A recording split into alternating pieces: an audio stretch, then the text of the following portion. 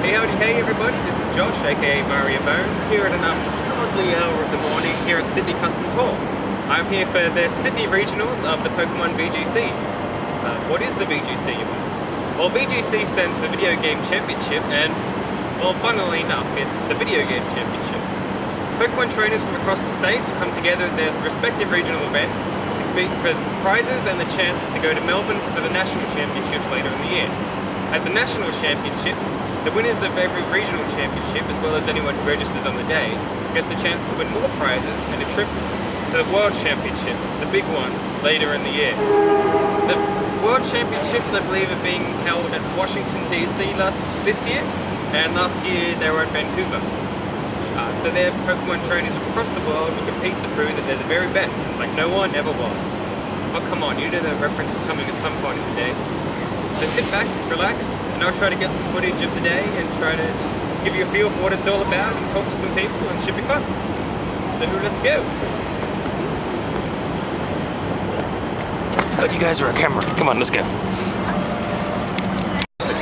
Every person. Get some people and be like, do up king, and there's a battle to do with another person. Yeah. They bring in like a Zygarde or a D2X and just like, oh no, keep going. Pretty sure I know them. Well, the only really rules that you have to worry about is concepts and the full band. Full band. Oh yeah, no, it's just like you can tell Zygarde. 3 ways to take you down. 3 ways. I'm filming the side that says you might be filmed. How meta. I like it. Anyway. Ooh, that's cool. You can see the registration tab at the start, guys, if you like. We're trying to walk downstairs and film at the same time.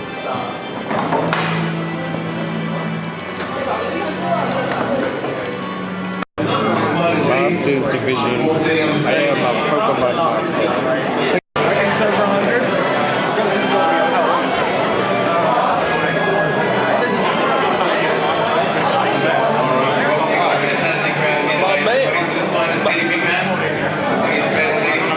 Wish you could buy stuff. We'll be registering for another 15 minutes or so please, if you want to get some fresh air, there's the balcony out there you can use if you guys want some fresh air for a bit. There'll be plenty of registration. If you want a bit of fresh air, Far-fetched is legal. the balcony, man. Plenty of space out there if you want to relax. Sick far-fetched sweep going. Lucky number 37. Is 37 a lucky number? It's got 7 in it. Oh, there we go. Let's just block off the 3. Yay! After spending weeks, if not months, preparing my team and practicing, I sat down at the table ready for my first battle. As I realized that recording and playing at the same time was kind of impossible, I turned my camera off. Due to the high number of participants on the day, the tournament was best of 3, with single elimination, meaning that you had a second chance against your opponent, but if you lost twice, you were out for good. So how did I do?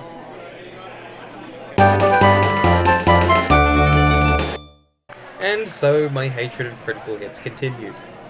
It wasn't all that bad though. I met some cool people on the day and got to watch some exciting battles. You could of course trade and battle with anyone who was hanging around on the day, and there was an area specifically for kids and people new to the games to play with each other and learn off more experienced players. The community was really supportive, and it was a lot of fun being there even if you weren't competing. I managed to get some Pokedex data for some rare Pokemon by trading on the day. Since I had some time to kill now, I figured I'd have a chat with some of the other Pokemon trainers here. So first can I just get your name and what division you're competing in today? I will be in seniors and my name is John.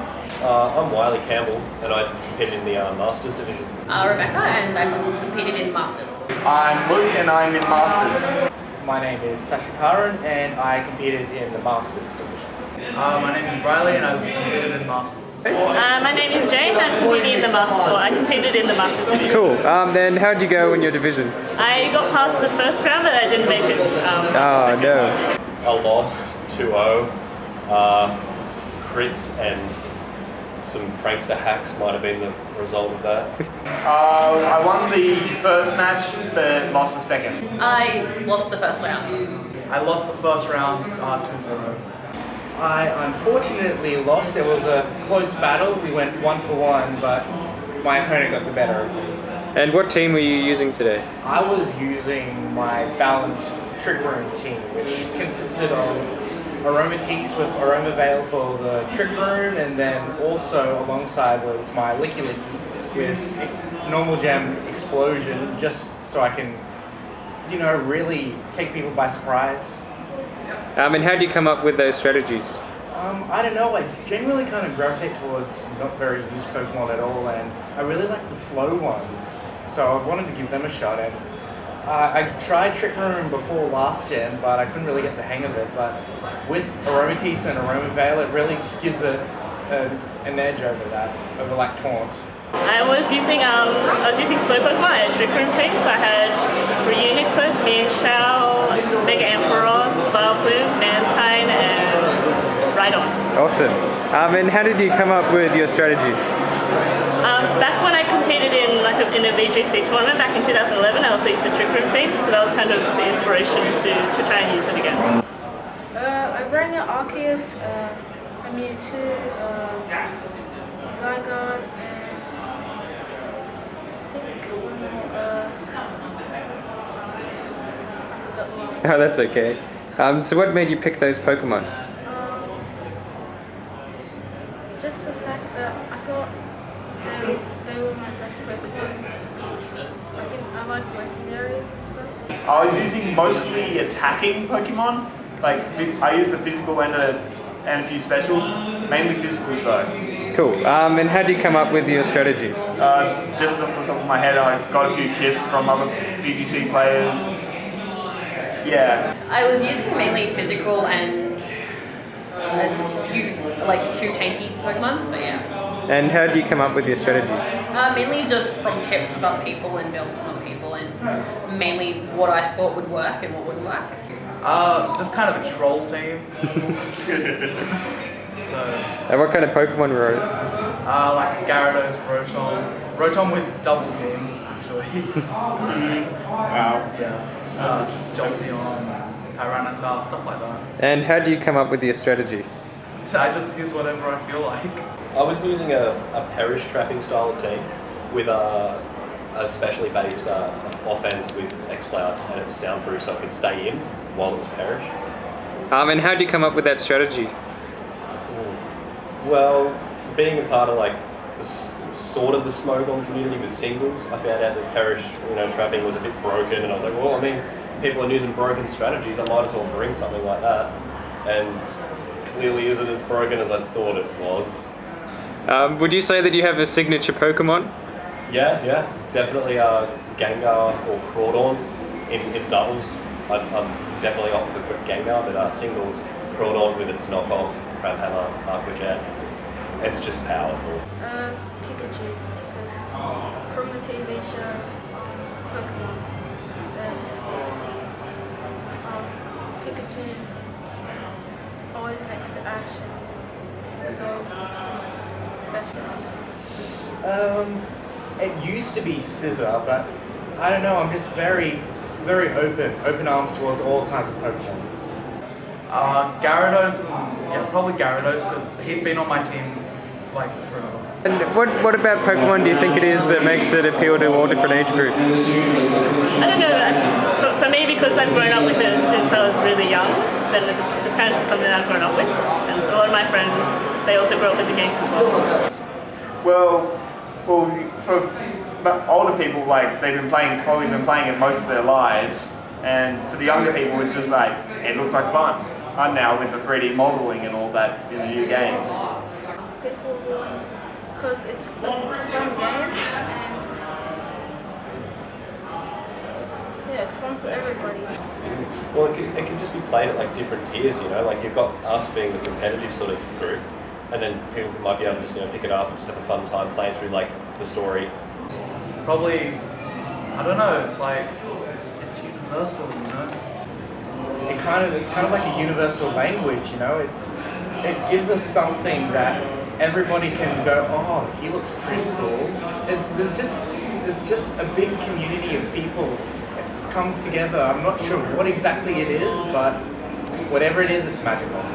In addition to streamlining the process of preparing for competitive battles, Pokemon X and Y introduced a heap of changes that would shake up the metagame. most notably of which are the brand new Fairy type, designed to counter the powerful Dragon type, and Mega Evolutions, which allow some fully evolved Pokemon to evolve yet again and grow even more powerful, at the cost of not being able to use a held item. So with all these new tools available, what kind of teams do people put together? Well, there were some interesting picks like Talonflame and Mega Kangaskhan, and Talonflame and Mega Kangaskhan again, and... okay, I'm exaggerating a little, but competitive battlers can be really boring in their picks a lot of the time. There were some cool teams shown up on the big screen though. Let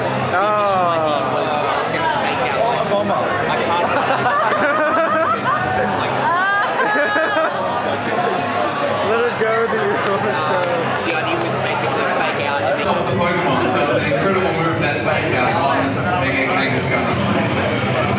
Ooh. That's a Japanese swear word. Is it? Yes. No, it's name. The tournament was going overtime, and unfortunately I had to leave before its conclusion. However, I did manage to catch the finals of the junior division.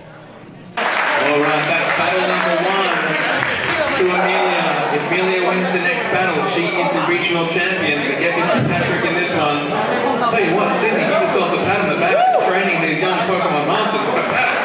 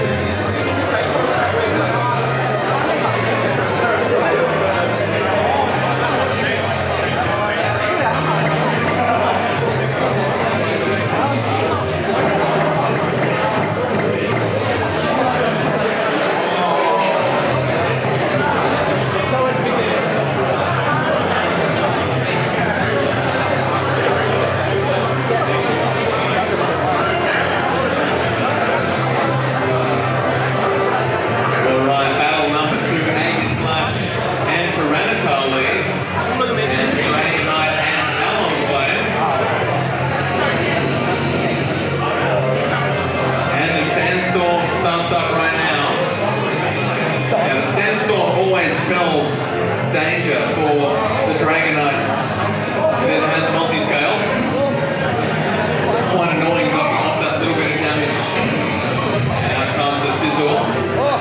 Angus Slash uses the King Shield, so that's a good switch from Amelia so far. Dragonite uses Dragon Dance, getting ready for party. And do we see a Rock Slide? Stone Edge. Oh, and it misses Sizzle. That is a devastating first turn. Patrick. We have a Dragon Dance Dragonite with multi-scale, not anymore because we've had the Sandstorm damage as I mentioned.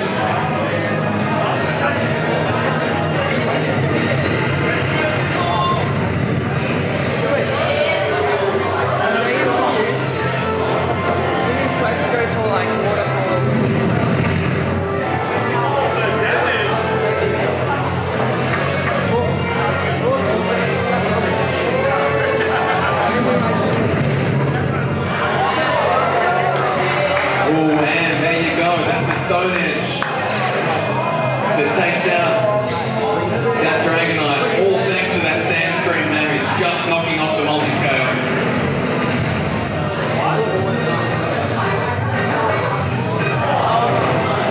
And Scizor is a go.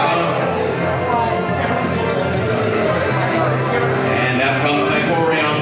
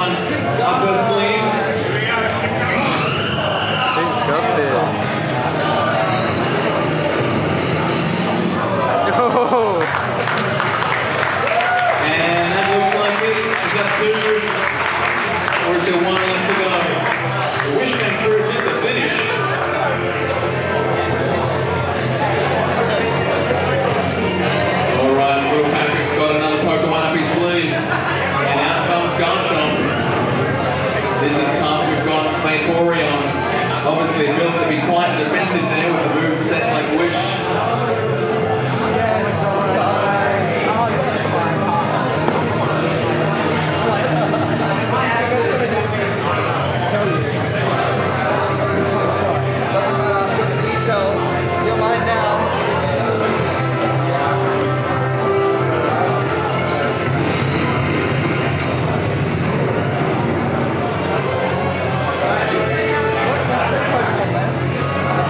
Alright, here's a big old brave third.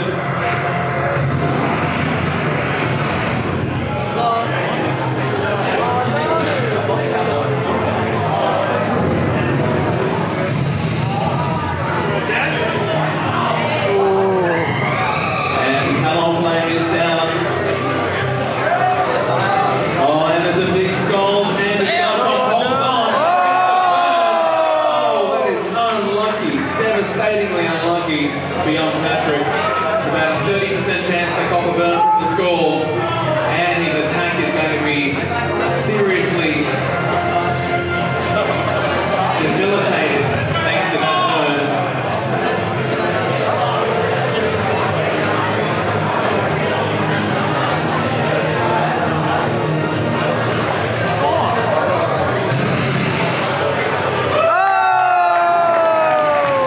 Alright, is that it? Ladies and gentlemen, give it up for Patrick and Amelia. Wowee! Our first ever female regional champion. Amelia was the first female regional champion in Australia, which is a great achievement. I would have liked to get a quick interview with her and some of the crew running the event, but what could you do? I walked to the bus stop cursing critical hits, but I did so after having a great time. I made some new friends, got some new Pokedex entries, and also got some good battle practice under my belt. I'd heartily recommend you head down to the future VGC events in your region, wherever that may be. Regardless of whether you're a battling champion, there's plenty of fun to be had on the day.